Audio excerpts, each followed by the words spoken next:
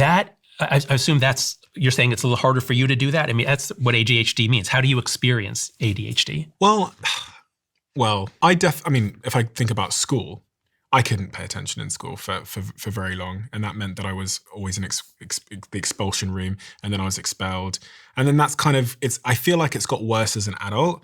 And in my opinion, my relationship with my phone has made it much worse, where really I can't pay attention to many things for a very long time. The exception to this is I can do deep work for many, many hours without moving. It's almost a bit of a contradiction. When you are extremely motivated, I assume. When I'm extremely motivated. When you're really into it, you can be into it. That's right. Yeah. But a lot of work isn't that. A lot of being effective in the workplace is not you're following your passion. Right, ADHD kids, they can zoom in because they're getting the dopamine. They're getting the dopamine from this thing.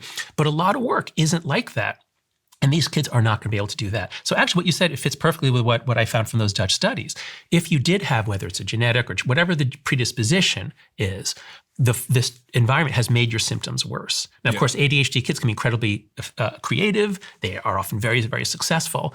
But my fear is that the pathways to success that they used to take might be blocked if they basically are just scrolling all day long and not able to have real life experiences. And relationships are like that, especially romantic ones. It's an interesting thing that you bring up, Stephen, because there is an increase in adult onset, when adults are diagnosed with ADHD, because typically we think of ADHD as a pediatric condition or young adults. And so increasingly, we're seeing more and more adults who are in their 30s and 40s, 50s sometimes, even 60s, who are being newly diagnosed with ADHD. And so what is going on there? That would be a future podcast episode for an ADHD expert of, what are the drivers of why are so many adults being diagnosed with ADHD? Or maybe even just the symptoms looking very similar.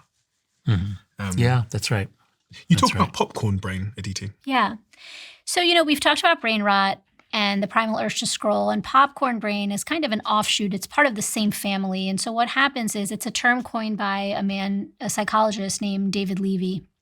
And what happens with popcorn brain is that and we all have it. And so what it is a societal phenomenon when you spend too much time online and you are overstimulated. And so it is hard for you to spend time offline. Offline feels slow, boring, because things are moving at a much slower pace. And so popcorn brain is the sensation of your brain popping. It is not actively popping. It's not like your brain cells are popping, but it sure feels like it.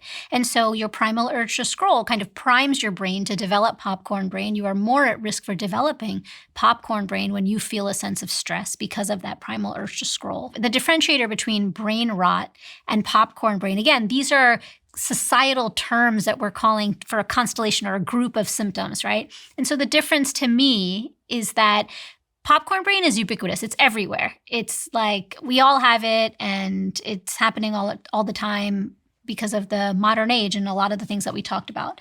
Brain rot is a little bit more specific. It's a little bit more well-defined. So it has certain features, like we call it the biopsychosocial model when you're thinking about a particular medical or condition or an entity. So what are the biological factors? We talked about what defines brain rot. It's, a change in brain waves, a change in brain regions, the amygdala lighting up, and the prefrontal cortex kind of being quiet.